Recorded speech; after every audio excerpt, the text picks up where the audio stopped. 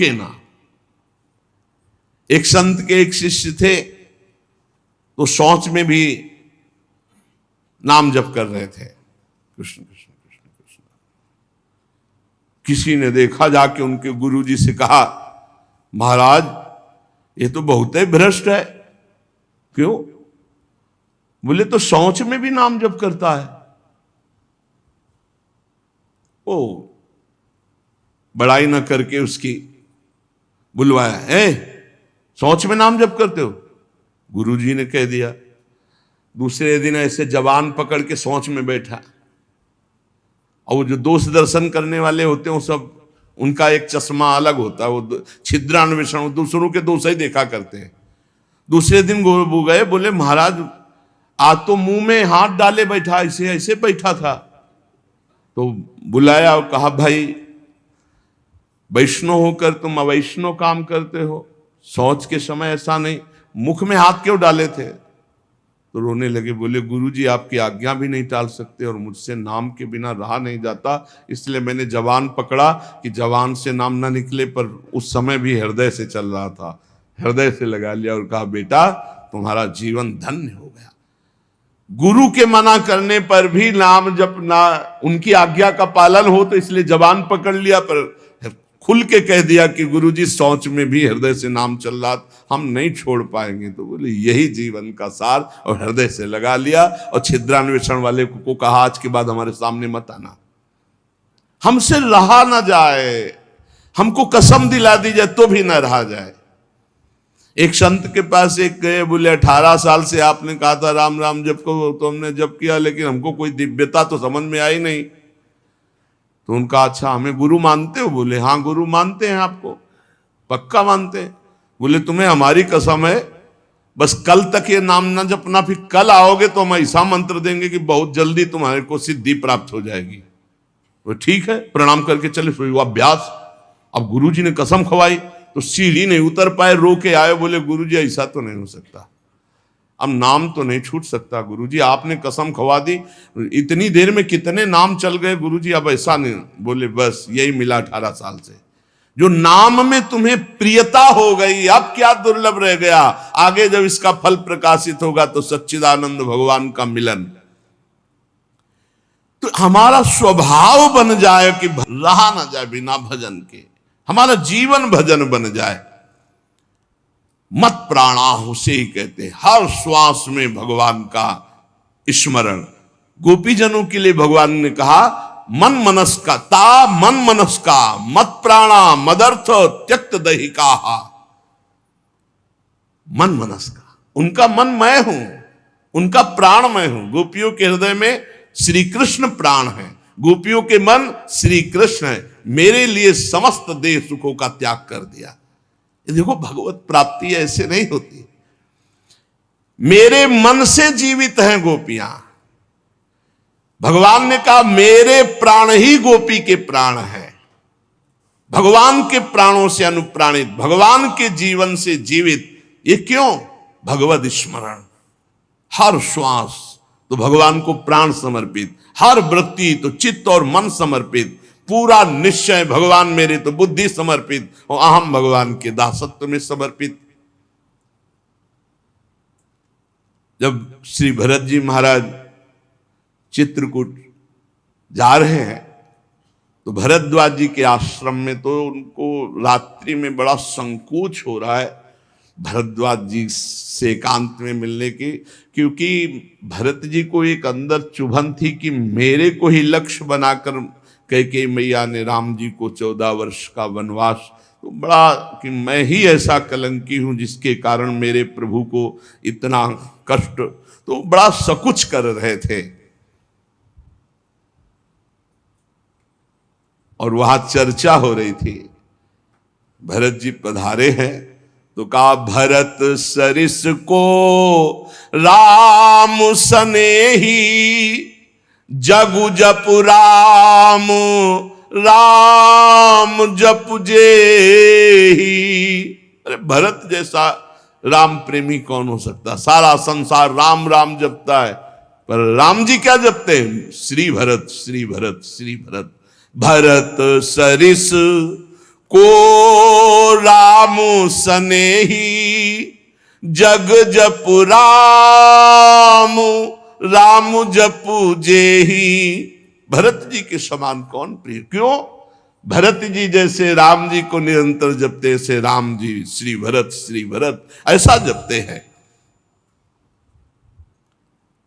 प्रेमी का हृदय हर समय अपने प्रीतम के चिंतन में तन्मय रहता है।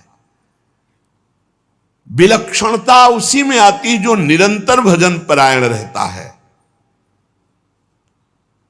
भगवान का स्वभाव, भगवान की महिमा, भगवान का प्रभाव उस भक्त के हृदय में उतरने लगता है जो निरंतर भगवत चिंतन परायण रहता है। यहां सावधानी रखनी है। भजन परायण होने पर भी हमारे अंदर चाह नहीं पैदा हो रही तो कोई न कोई हम में त्रुटि हो रही है। जिसको अपने साध्य का पता है, मेरा साध्य क्या है, श्यामा श्याम, तो फिर राजी कैसे हो रहे हो और से? जब तुम्हारा साध्य श्यामा श्याम है तो तुम राजी कैसे हो रहे हो और बात से, धन से, संपत्ति से, प्रणाम से, नमस्कार से? जब तुम जानते हो ये मिथ्या है, तुम्हारा साध्य परमात्मा है, तो तुम परमात्मा के सिवा अन्य किसी से कैसे राजी हो गए? साधना के विघ्न जिनसे हमें बचना है, ये विघ्न है। अपने आराध्य देव साध्य के बराबर किसी को नहीं रखना। ये बात समझो। किसी वस्तु, व्यक्ति, स्थान, घटना, परिस्थिति, कैसे तुम राजी हो गए कि प्रभु का विस्मरण? जैसे हम किसी व्यक्ति से मिलने में प्रभु को भूल गए तो वो व्यक्ति प्रभु से बढ़कर हो गया।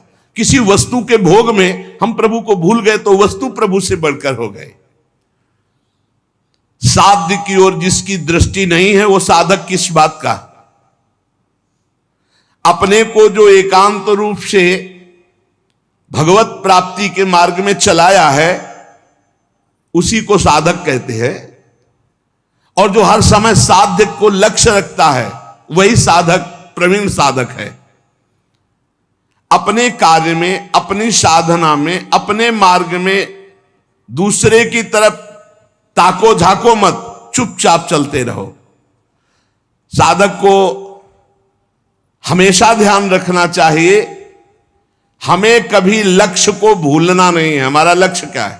खड़े हैं तो हमारी दृष्टि बिल्कुल मंत्राकार, कार्य में है तो नाम जप। जी, जब पूछे क्या चल रहा है, आपकी कृपा से चल रहा है।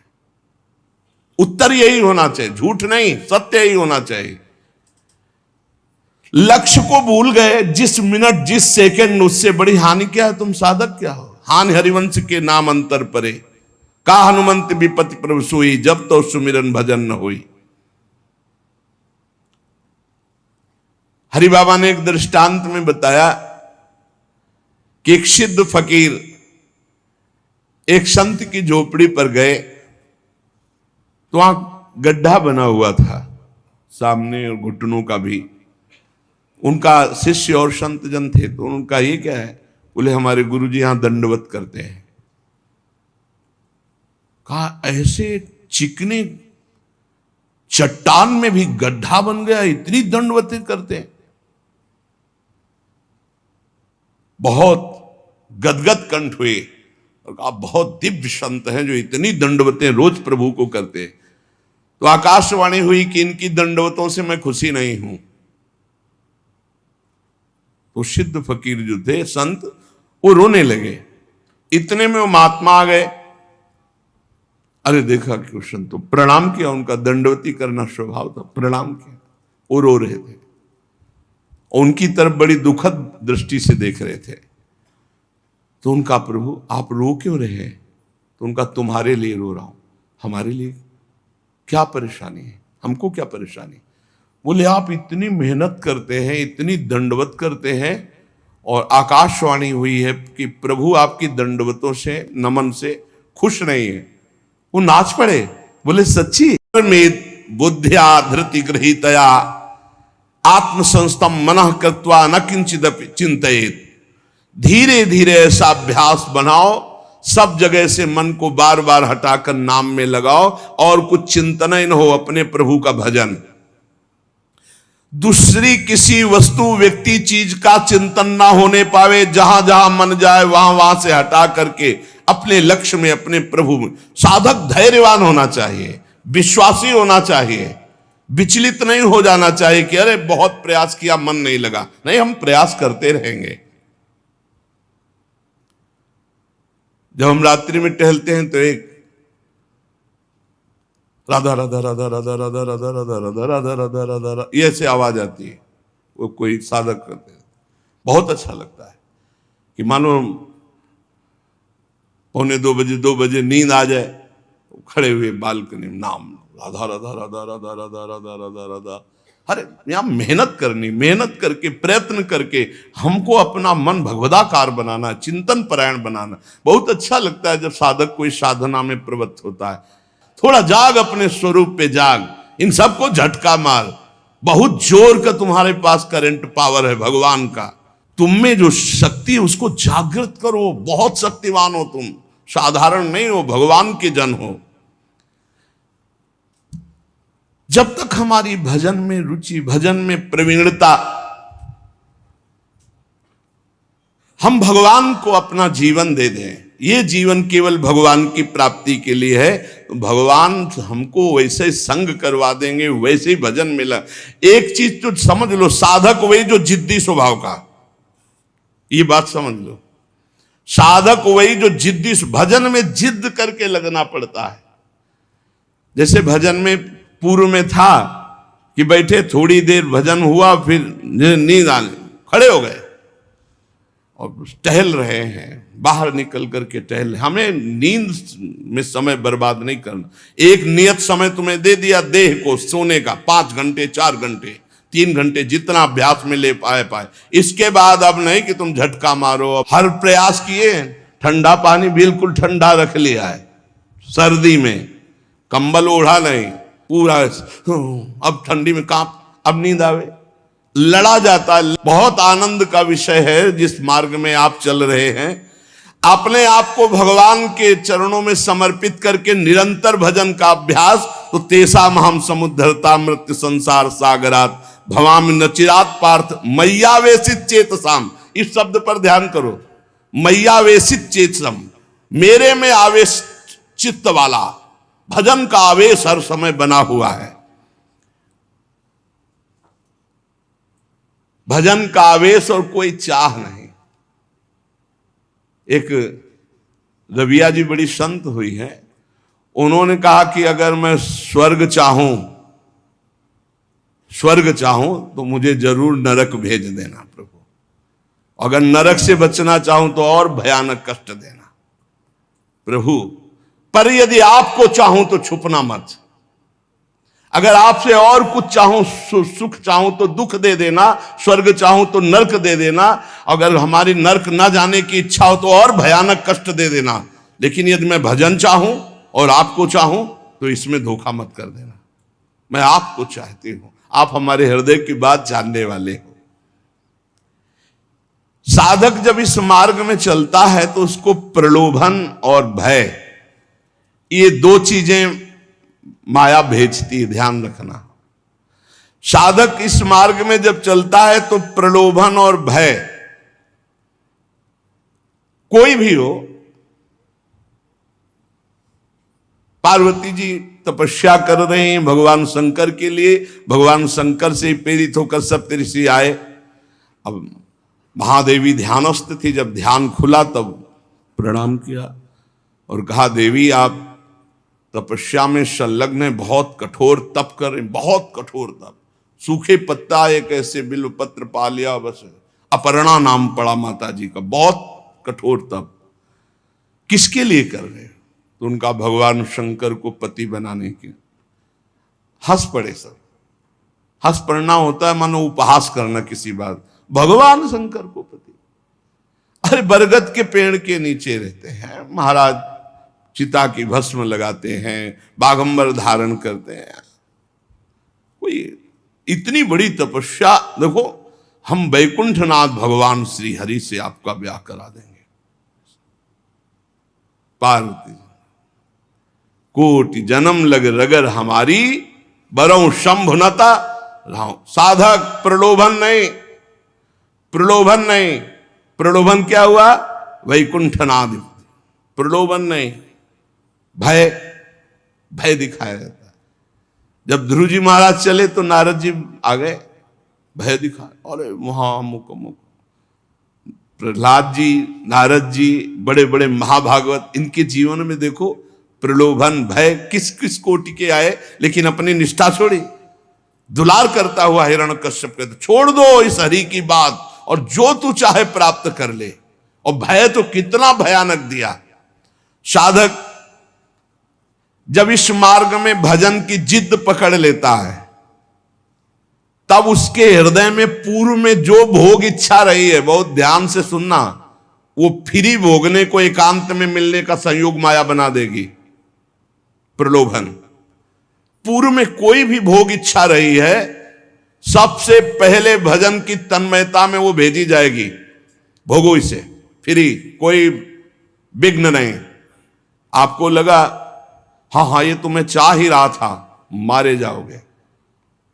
आपका भजन लुट जाएगा, वो वृत्ति लुट जाएगी। भोगेश्वर प्रसक्ता नाम तया प्रहति चेतसाम व्यवसायत्मिका बुद्धि समाधो न विधीयते।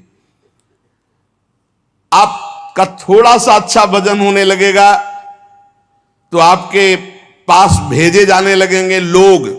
ध्यान से सुनिए, बड़े भजनानंदी है, लियो सेव अंगूर, ये ले वो ले, ये रुपया की गड्डी, कभी कोई जरूरत हो फोन नंबर ले, ये ले फोन हो, उसमें ये भगवान की माया आपके भजन की एकांतिक वृत्ति को छीनने के लिए व्यवस्था भेज रही है।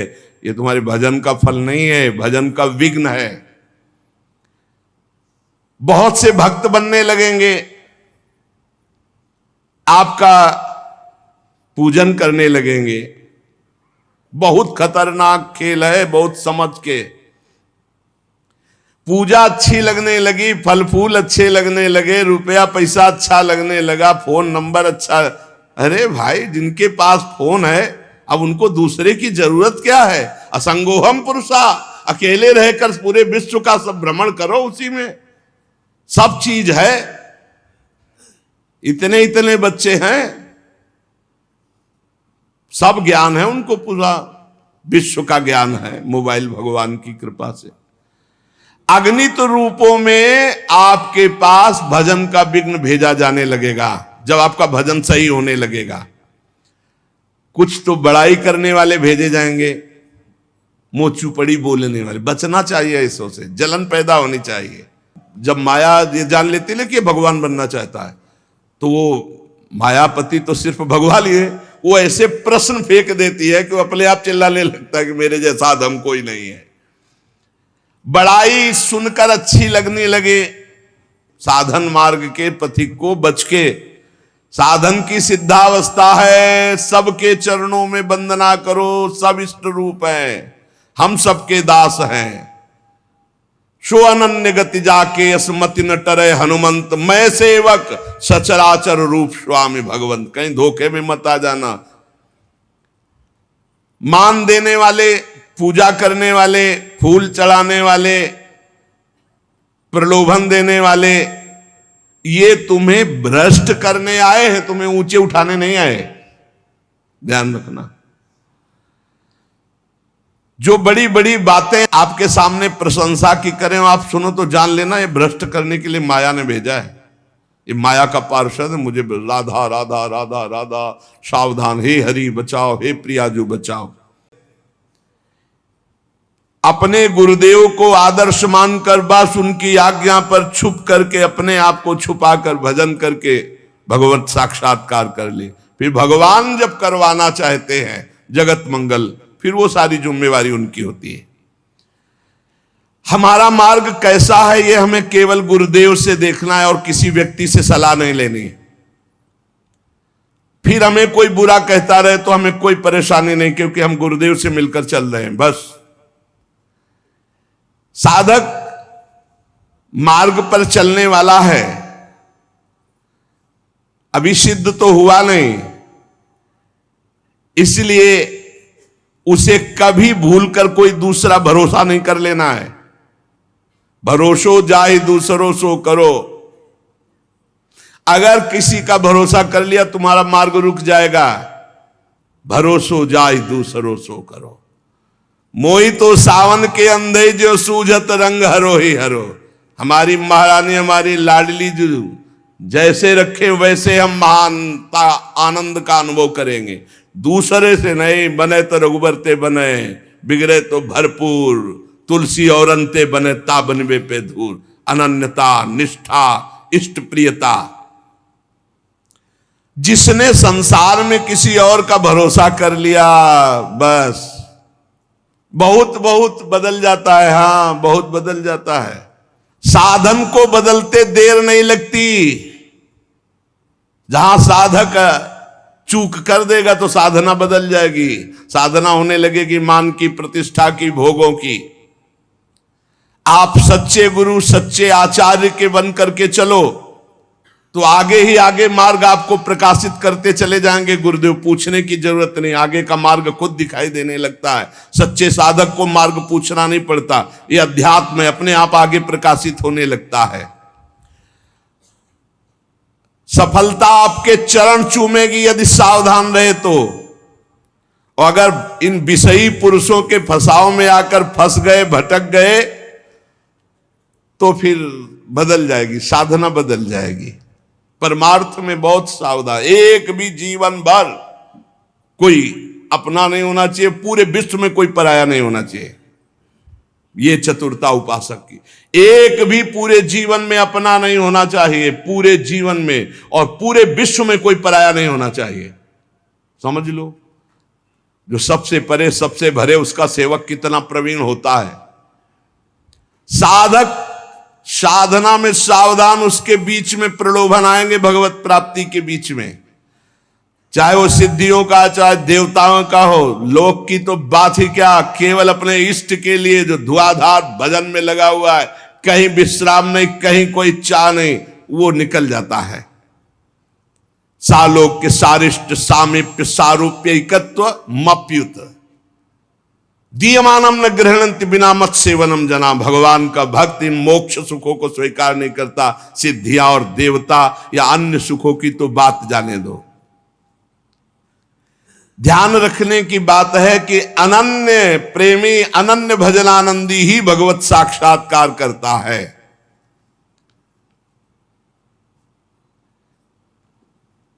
जब भजन सही होने लगता है तो फिर इसके बाद एक नशा चढ़ता है, तो उपदेश देने का मन शुरू हो जाता है। बहुत उत्तम महापुरुष हैं भाई जी महाराज।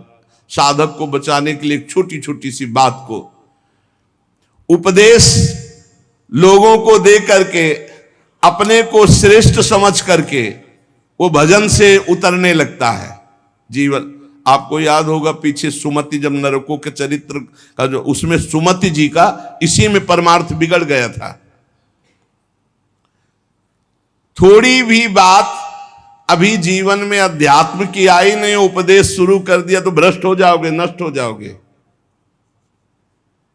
एक संत गए थे श्री सीताराम ओंकार नाथ जी महाराज जी के पास, तो देखा और कहा कि क्या करते हो? तो उन्होंने कहा कि उपदेश का प्रवचन। तो उन्होंने कहा था वैसे है मंगलमय कार्य, लेकिन भ्रष्ट होने में देर नहीं लगेगी। ये सिद्ध पुरुषों का, जो भगवत प्राप्त महापुरुष है, उनको अन्य साधक इस चक्कर में न फंसे। भगवान अगर इतनी सामर्थ्य दिए तो बात अलग। भगवान की चर्चा करना बहुत अच्छा है, भाई जी महाराज कह रहे, सुनना अच्छा है, लेकिन इसके बाद का जो परिणाम है, प्रणाम नमस्कार वाह वाह यश कीर्ति, वो तुम्हें भ्रष्ट कर देगी यदि भगवत प्राप्ति नहीं हुई है। बहुत बुराइयों को अवकाश मिल जाता है प्रवचन करने वाले पर आक्रमण करने का। अच्छे से फुर्सत में हमारी बात चिंतन करना, एकांत में। भाई जी कह रहे वास्तविक लाभ से वंचित हो जाओगे यदि भगवत प्राप्ति नहीं हुआ, प्रवचन शुरू कर दिया तो। जब तक जीवन में सत्य उतर न जाए तब तक प्रवचन न करे। इसलिए प्राचीन काल की गुरु परंपरा थी कि गुरु उपदेश करते थे और गुरु लायक देखकर उपदेश करते थे। उसे साधन बता दिया, पूरा जीवन साधन में लगा, सिद्ध हो गया, अब वो उपदेश करे। ऐसा नहीं कि यहां प्रवचन सीख कर प्रवचन किए जाए। जो केवल प्रवचन तो कुछ नहीं रह जाता, रुपया पैसा मान प्रतिष्ठा ये सब, भगवत मार्ग का कुछ नहीं रह जाता पक्का। गुरु कृपा पात्र जो केवल कथयंति च माम नित्यम तुष्यंति च रमंति च, ये अलग मार्ग है। पहले भरपेट खूब खा ले, अर्थात भगवदानंद की अनुभूति कर ले, तब प्रवचन करे, नहीं कोई सफलता हाथ नहीं लगेगी।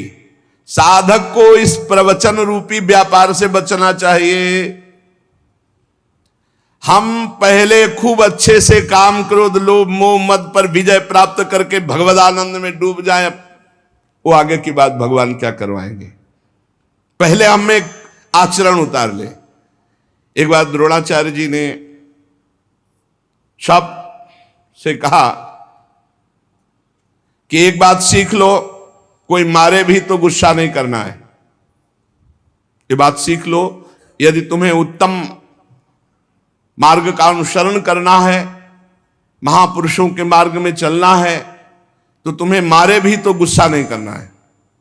सीख लिया? सबसे पूछा जी क्या सीखा? हमें कोई मारे भी तो गुस्सा नहीं करना है।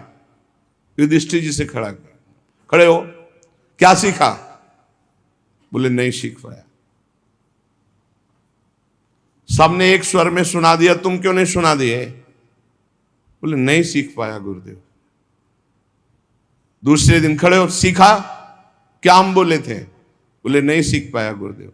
7 दिन तक पूछा, बोले डंडा लाओ, और 5-7 बेत मारे। बोले सीखा? बोले हाँ गुरुदेव सीख गया। क्या? कि कोई मारे भी तो गुस्सा नहीं करना चाहिए। बोले क्यों, अब क्यों? बोले आपने मारा ना और मुझे गुस्सा नहीं आया ना, तो अब सीख गया। हम केवल वाणी से थोड़ी बोलते कि मारे कोई गुस्सा, आपने मारा ना, अभी तक मारन लगी नहीं थी, आपने मारा और मुझे गुस्सा नहीं आया, अब मैं सीख गया कि कोई मारे भी तो गुस्सा नहीं हो। अर्थात जो उपदेश है वो पहले आचरण में आना चाहिए, वो हमारी परिपक्वता होनी चाहिए। धर्मराज युधिष्ठिर कभी मिथ्या नहीं बोलते। आपने सिखाया कोई मारे गुस्सा नहीं आना, तो अब पहले हमारे मार लगे हो, मुझे गुस्सा ना आवे तब मैं बोलूंगा। कोई मारे फिर भी गुस्सा नहीं आना चाहिए। तो हर रोज हम बड़ी महिमा की बात कह रहे हैं, वही सत्संग सुनाते हैं, घुमा के, चाहे शब्दों का अंतर हो, सत्संग वही होता है। क्योंकि नई बात आएगी कहां से? शास्त्रों में जो है वही तो सुनाएंगे, परमार्थ की बातें घुमा फिरा कर 1000 बार वही हम कहते हैं। कहने का तरीका भले अलग हो, लेकिन 1000 बार वही बात हम कहते हैं। आपने स्वीकार किया जगत मिथ्या है, भगवान सत्य है? स्वीकार किया आज तक? नहीं। स्वीकार किया सब में भगवान ही भगवान है? नहीं। स्वीकार किया कि 1 मिनट भी भजन से विलग नहीं होना? नहीं। और यही बातें तो घुमा घुमा के कही जाती है। तो क्या केवल सुन रहे हो, उसे गुण नहीं रहे, उसे जीवन में उतार